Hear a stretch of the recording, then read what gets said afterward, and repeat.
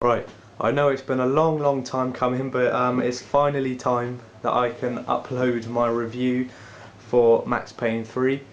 Um, it feels like a while ago that I actually completed this now because of how long I haven't had the internet, but um, straight away I just want to say what a brilliant game it is. It took me a while to get into it, took me a while to get myself settled and used to it because I had never played Max Payne 1 or 2, I didn't really know much about it. I only know a very brief backstory about Max himself, about his family, like his wife and his child. But I didn't know any of the story of the first two games. But I had read that it wasn't really essential that you found out much about the first, you needed to know anything about the first two games. You just needed to know a little bit of a background on Max himself, which I did do my research, so I found out a bit, but like I said, it took me a while to get into the flow of it because I wasn't really used to what a Max Payne game was like either. I knew that it had like the slow motion bullet time and diving, but I didn't know what to expect. I didn't know if it was a kind of Uncharted style shooter. Obviously not like jungles and things like that, but that kind of like third person style and the shooting style, shooting mechanics, I thought that might be similar to Uncharted, which it can be. It is kind of similar, but obviously it's a lot different, and it's a very high end game. Like it's brilliant. It's like Red Dead Redemption, obviously because it's a Rockstar game. It's like Red Dead Redemption. It's like an Uncharted style game in Rockstar's world. So that's how I describe it. So it's basically Rockstar's version of Uncharted. Um, you'll see what I mean if you played it. But it's a very good game. I'll talk. So the story was very good. It's just like a Hollywood film. Max himself, he's kind of taken years out of the business since the first two games, and he's got himself into a bit of trouble again. So he goes to Brazil. I'm not going to spoil anything, so there's no need to worry or anything. But he goes to Brazil, and with his friend, I can't remember his name now, but he goes to Brazil and he gets a job as kind of like a guard, like a bodyguard type person for the Branco family, like Rodrigo Branco, all that. They're kind of like the top end business family in Brazil. So he goes there, but he gets um, all these. Well, basically, I think it's the daughter of the family. She gets kidnapped, so then you go on like a kind of adventure, not adventure, but like missions to go after and save this daughter. But loads of different things happen along the way, so I'm not going to spoil anything there. But it's a very good story, and I definitely recommend you check it out. Gameplay is very good. Um, I think diving backwards and pulling off a headshot with a slow motion bullet and following the bullet as it connects to the head was probably one of my favourite moments I've done in a game. It's very realistic.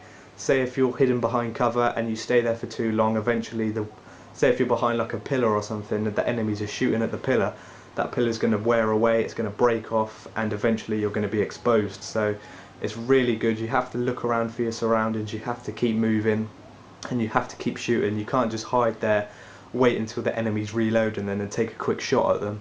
You have to actually really be aware of your surroundings, and actually, as if you were in the situation yourself, you have to really go for it. It's really good. It's actually a quite hard game as well. I played it on normal for my first playthrough, and I died so many times. It is very hard, especially if you haven't played the Max Payne games before. It's hard when you start off with, but as the game progresses, you get used to it, and it starts to flow a bit more.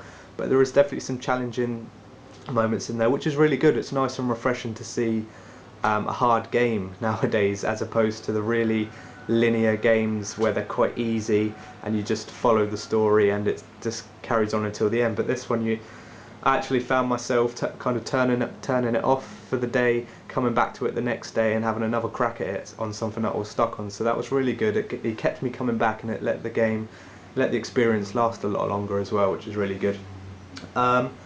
There was a few little bugs and glitches that still need to be patched. I don't know if it's been patched yet, because as I said, I haven't had the internet, so I don't know if they've patched it. But there's one main problem that I had was that the audio dialogue would cut out during a cutscene, so you'd be able to hear the background noises and music, but you wouldn't be able to hear the voices coming out of the characters' mouths. This was really annoying.